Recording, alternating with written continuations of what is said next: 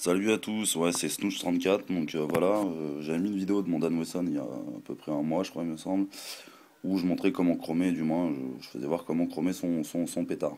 Donc voilà, donc il était pas fini du tout quand j'avais commencé à mettre cette vidéo. Maintenant j'avais dit que je la posterai une fois que le pétard serait fini, donc voilà, il est fini, entièrement.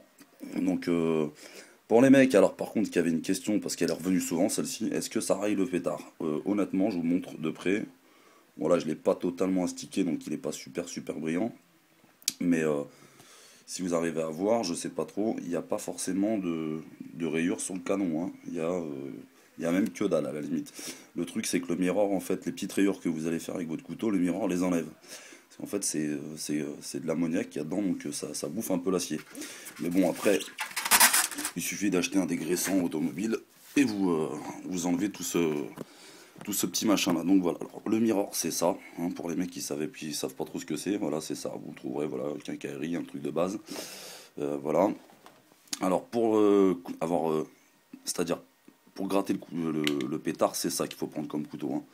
Surtout prenez pas un couteau avec des dents parce que sinon ça va être un massacre, voilà quoi.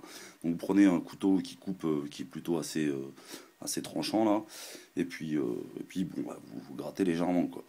Donc voilà quoi, donc voilà le pétard fini. Moi je dis que franchement bon rendu, rien à voir avec les silvers sont carrément moins chromés. Euh, Maintenant après bon bah c'est un choix perso que j'ai fait moi de le chromer moi-même. C'est parce que je disais en fait qu'il n'existe pas, mais s'il existe en chromé, le seul truc en silver du moins, le truc c'est qu'en fait il est tout le temps en rupture de stock en 8 pouces, hein. Je comprends parce qu'il est quand même plus beau en gris qu'en noir. Donc voilà quoi, bah écoutez, hein, si vous avez, je sais pas, hein, des trucs, des coms, des machins, bah n'hésitez pas, postez-les. Voilà en tout cas pour toi Romain qui voulait en savoir un peu plus, tu peux y aller, c'est du bon matos. D'ailleurs évite de tirer sur tes potes parce que tu risques de leur faire mal.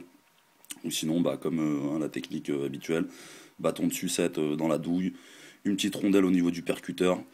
Et voilà quoi, tu devrais baisser largement la puissance. Et pour ton info, comme tu me demandais, effectivement, moi alors je l'ai vu, mais j'ai pas, c'est pas catégorique.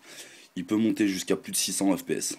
En vieillissant, plus il vieillit et plus il prend de la pêche. Et moi, c'est vrai qu'honnêtement, je tire souvent avec et il a de plus en plus de patates.